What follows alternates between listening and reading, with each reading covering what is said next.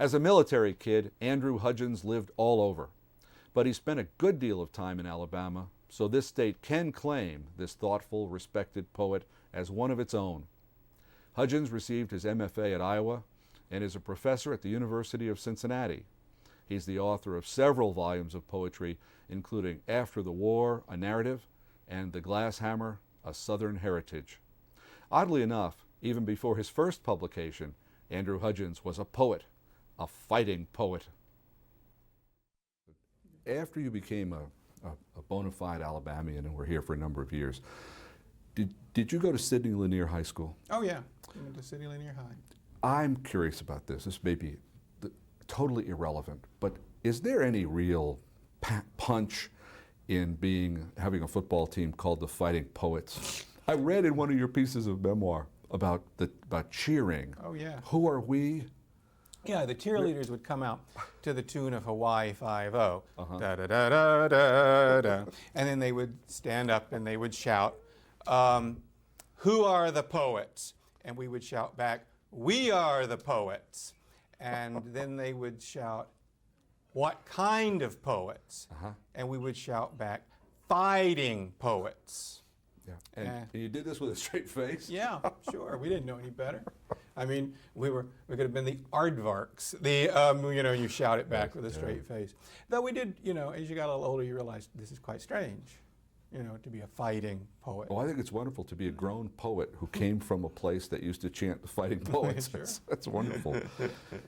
You had a nice undergraduate experience, as so many people have had, and I'll give you an opportunity to say something about it. Huntington College in Montgomery, not a world famous place, but every once in a while I run into someone who's a graduate, and they always feel they were well served.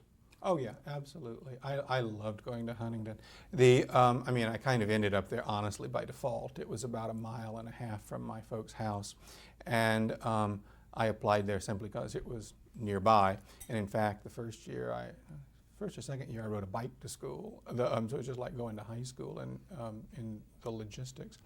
But it was a small school where you got to know everybody, and it wasn't intimidating the way bigger universities can be. And I got to take classes with Helen Norris, Rick Anderson, and people who gave me and all of their other students a lot of attention. Yeah. So yeah, I've been always grateful to Huntington. Well, you write very fondly about it, and about the reading you did there and the reading you did everywhere.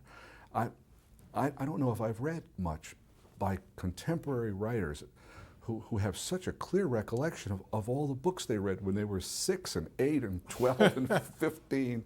Reading apparently has been at the center of your life from the time you were a little boy. Yeah, I loved when I was a kid. I was growing up sharing room with my brother, and I could go into my room, get a book, roll over onto my side where I wasn't looking at him. I was somewhere else. And that was great. That was great. And it's a funny thing because reading is a way to remove yourself from the world, but it's also a way to drive yourself into the larger world. You're learning things that prepare you for the world outside the one you're locked in as a kid. So yeah, it was real exciting to me. And I read everything, good things, garbage, dog books. I love dog books. Lad a Dog. I can even remember the name, Alfred Payson Terhune, who wrote those. Oh, sure. Lad a Dog and Lassie Come Home, and magnificent books Yeah, that people don't read anymore. I don't know. I don't know if they do or not. I know that I did. Your education, I remember hearing from you and reading by you that when you first finished at Huntington, you were thinking about going right on, but instead you became a grade school teacher briefly. Yeah. And then finally went on to have this long series of spates of graduate work. At first you were going to go to the Iowa Writers Workshop right then. Yeah. And then you didn't. Yeah, because they didn't accept me. That was failure determined a lot of those spates. I wanted to go from Huntington to Iowa, and Iowa did me a favor by turning me down. That was a favor that threw me into a depression for a number of years. I ended up teaching elementary school in Montgomery for a year. I was probably the single worst elementary school teacher in the history of the Montgomery public school system. And I was dreadful at it. And I knew, they should have fired me, but I saw it, so I quit. And then applied to Iowa again, did not get in again, went to Alabama. And it was great for me because it made me read more, prepare my background more.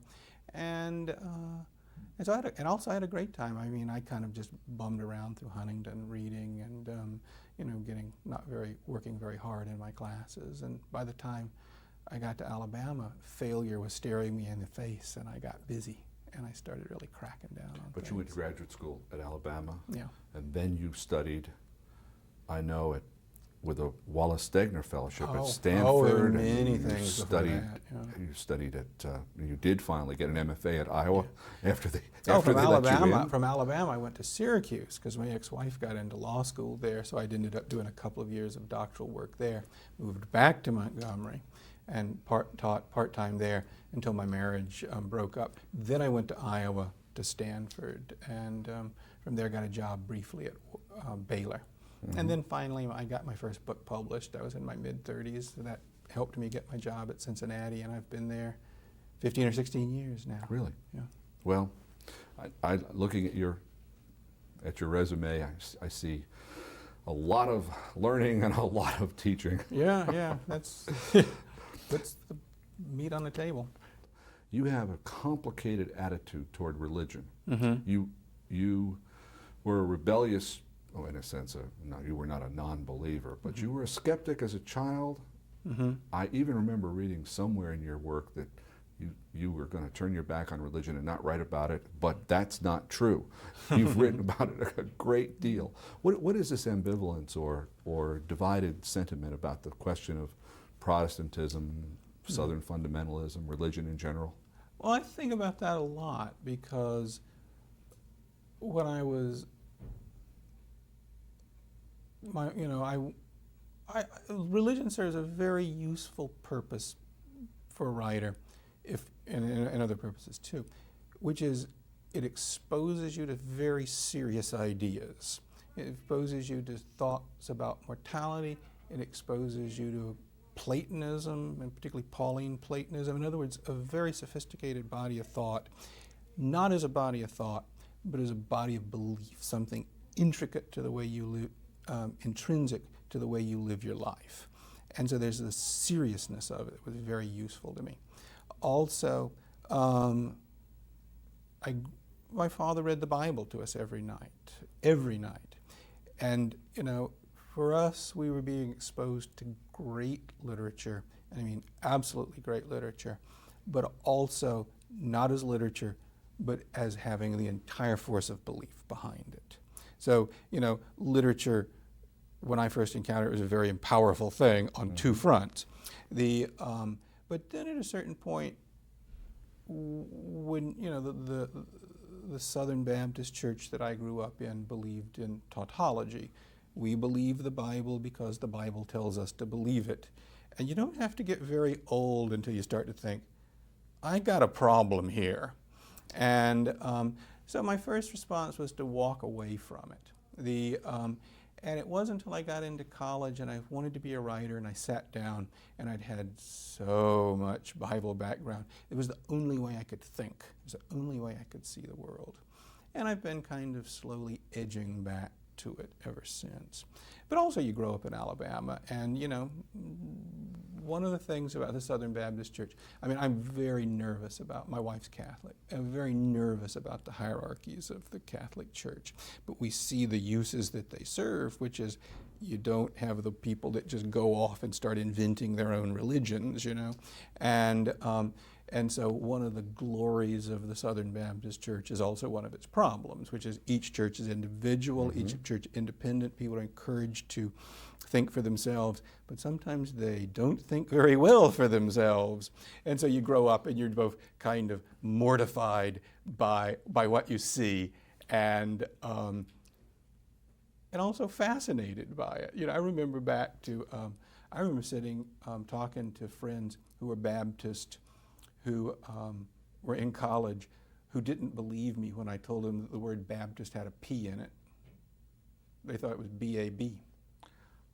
Why? Why would they think that? Because that's the way you pronounce it. They've never seen it written down. Yeah. Well, they never brought the two together. So you see those kinds of things, and you're both, appalled by it, and yet you're fascinated too, because it's a knowledge that's never been, in some ways, mediated through the word. Mm-hmm. It's only been somehow, the connections are oral. Anyway, so I find that kind of thing fascinating, and I keep coming back to it. You've also, you've extended this interest to the visual arts. Mm-hmm. I've been reading a lot of your work lately, obviously, and I keep noticing poems that are in some fashion or other inspired by, or at least related to, paintings. Renaissance, usually Italian Renaissance paintings, Botticelli among others. How does that work for you? The painting, the religion, the poem? That was actually a project. I was going to try to write an entire book of poems about paintings about the life of Christ, and then I realized that it would be a very tedious book. But I ended up with, about 10 poems that I really liked that were on that subject, that then fed into a different project, which was that book, The Never Ending. I saw it as several things. I wanted to think more about the life of Christ. I wanted to learn a little bit more about Renaissance painting. So they were kind of educational projects. But that's a story that fascinates me, that resonates out in so many different ways, one of which is personal. What does it mean to me? But the other is, what does it mean for it to be in all of these other contexts? The story of Christ that relates to fertility myths and other things like that. More recently, a poem you probably haven't seen was one based on Andre Serrano's photograph, Piss Christ. Oh, the very controversial Brooklyn Museum show. Exactly. Right. And I got to thinking about that because I got infuriated at some of the commentary on that. People were saying that it was disrespectful to take this crucifix, and as Serrano did, he put it in a plastic vat full of his own urine and cow's blood, and then and then he put this crucifix in there. Now, if you just sound like that, of course it sounds disrespectful. But when you actually see the photograph and you see that it's lit so that it glows, that blood and urine together just absolutely glow. The photograph is beautiful. And then I started thinking about it. It's also theologically quite sound. That is what the incarnation is. It's the figure of the God who takes on the human body, blood and urine. He's plunged into the world. And as I've talked to people about this, it's clear that people, this was published online on Slate, and one of the horrors of Slate is that you can click on and see what morons think about your work. And what was interesting is people were so angry about the Serrano photograph, which they seem not to have seen, that anger spilled over onto me.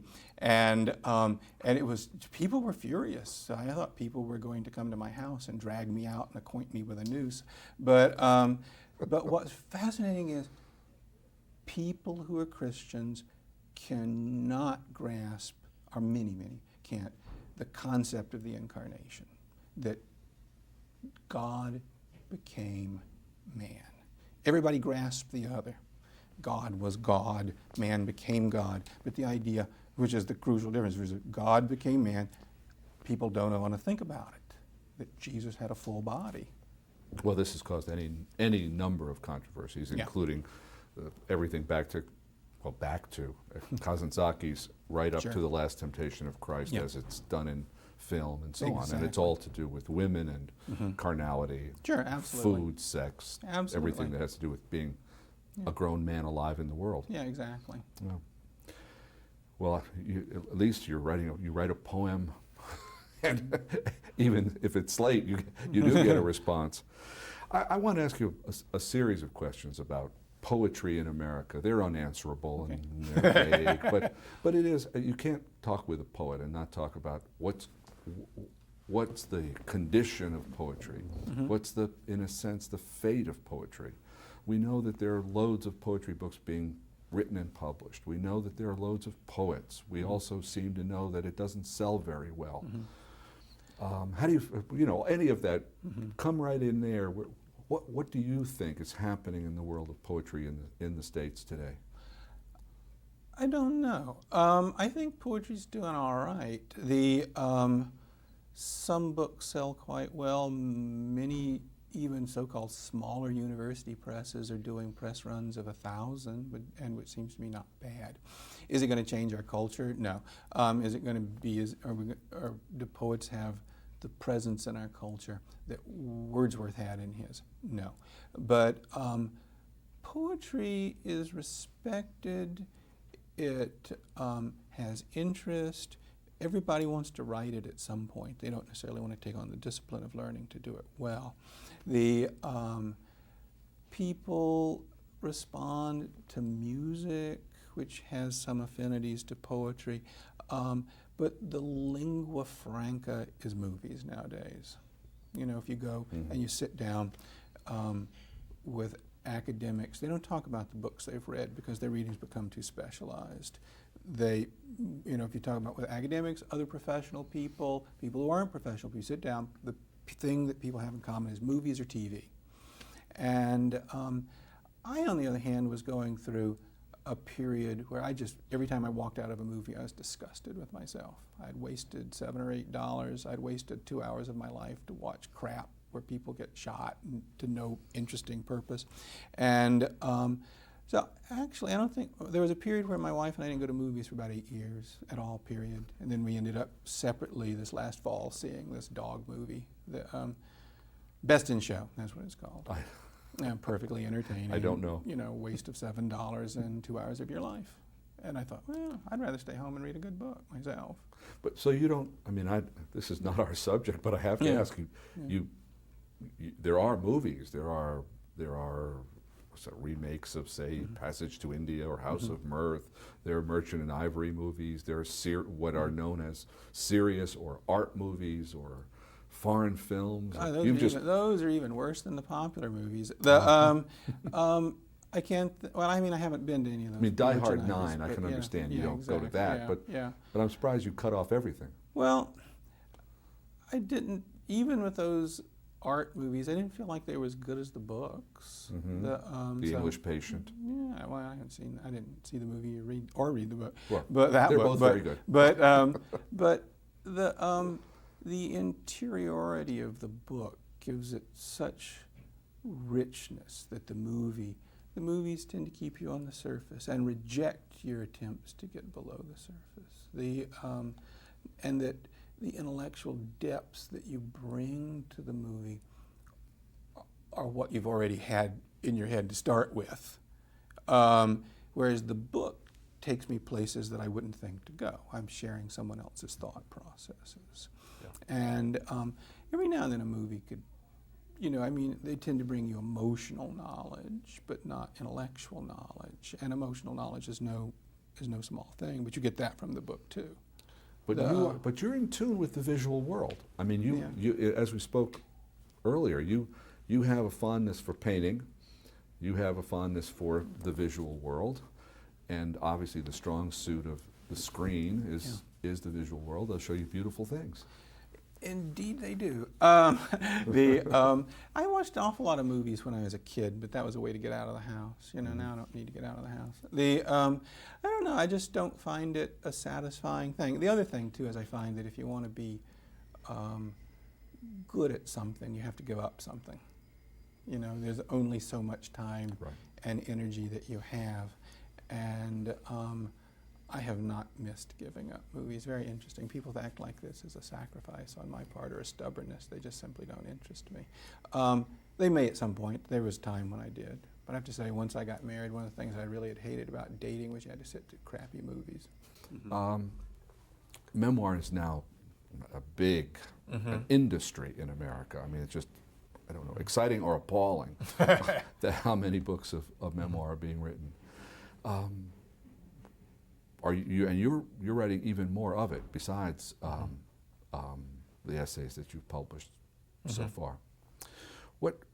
Recapitulate for me, if you would, or summarize. Why do you think it's useful for people to be doing that? Well, I read a lot of memoirs. It's always fascinating, I think, to check your life against someone else's. Biography does some of the same thing. To see how other people have thought about their lives and lived their lives. And one of the things that I'm trying to do in my pieces is think about my life, not just say this happened, this happened, this happened, but how I thought about it, how my ways of thinking about it changed, how I defined myself at one point, how I define myself now. And I did feel, and then I felt like that was something that was missing in a lot of the memoirs that I'd read. I think we're fascinated, we've always been fascinated as people by the otherness of other people. And memoirs help us do that. They're also quite easy to read, so that's another attraction. Oh, they're fun. Yeah, they're fun. There's a voyeuristic dimension to it. Yeah. But in your essay that we on don't really writing get it, from St. Augustine, but I'm sorry. Oh, you're talking about. Yeah. Oh, well, when you're writing the memoir, you realize it's not reportage. You can't just sit down and say this happened, and this happened, because you're shaping a literary artifact. And now, one of the examples I gave was a poem in which I wrote something that it was about, I think, killing a chicken, and I said my aunt did something, and then the poem changes, and my grandmother does something with a chicken, and cuts its head off or something. And when I first wrote the poem, I had my aunt doing it, then we switched to my grandmother doing it, and I was looking at it, and it was just a tedious poem. There was no point in having it be my aunt and my grandmother, so I made it my grandmother throughout the poem. It made for a heck of a lot better poem. Now that was the pressure of writing on incidents that actually happened, and I chose to go with a thing that made the better thing to read. you said it. I can't remember now where you said it, but somewhere in your writing that you're disguising at one place a historical novel as a long poem, and another place a memoir as a poem. Another place you seem to be taking various genres of literature in which you might work and moving them all into verse. Is that a fair estimation of what absolutely. you're up to? Yeah, absolutely. I've always been interested in biography. I like to read them. They're very easy to read late at night when you're tired. And historical novels interest me. And that Sidney Lanier book, After the Lost War, is just, I thought of it as not a biography of Sidney Lanier, but as a historical novel in verse. And my memoir, I did try to do that as, I read a lot of prose memoirs. How would you do this in poetry? Yeah, sure. That kind of breeding across genres is what passes for originality sometimes. Yeah. Something that I noticed in your glass anvil, which, although you and I are both adults and avid readers, I'm sure we both read constantly. There were not a lot of books and magazines in my home when I was a child either. What do you think causes the other way around would make perfect sense, wouldn't it? Oh yes, I read a lot. Everyone in my family read a lot. The house was filled with books and magazines, but it isn't true. It wasn't true for me. I don't think it was true for you. Why do you suppose people like us got so hooked on books and reading? Because I liked it because it was my world. Everybody, in our culture, reading's kind of unexamined good. If your child says, "I want to read," everybody goes, "Great." I'm not sure that they necessarily do anymore. They might think, "Well, golly, we need to give him drugs." Make him more social. But I liked it that I could pull myself out of things and be alone. And then after a while, it became my thing. As some kids are interested in baseball, I could go read and they say, that's his thing, that's what he's interested in. And And my parents were never, I mean, you know, my mother, when I was a kid, would drive me to the library, the public library every week. We would take home enormous piles of books. You know, if I filled my card up, she would put them on her card. So my parents weren't averse to books at all. I mean, they were educated people.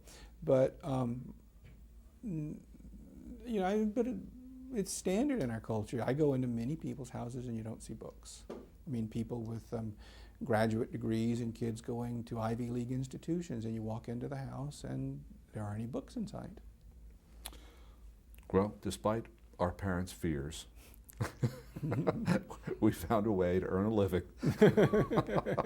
by reading and being associated with books. Yeah, and that is the fear, of course. Yeah, they think that that your parents are afraid that you won't learn the skills that will and that'll let you make a living, or at least a good one.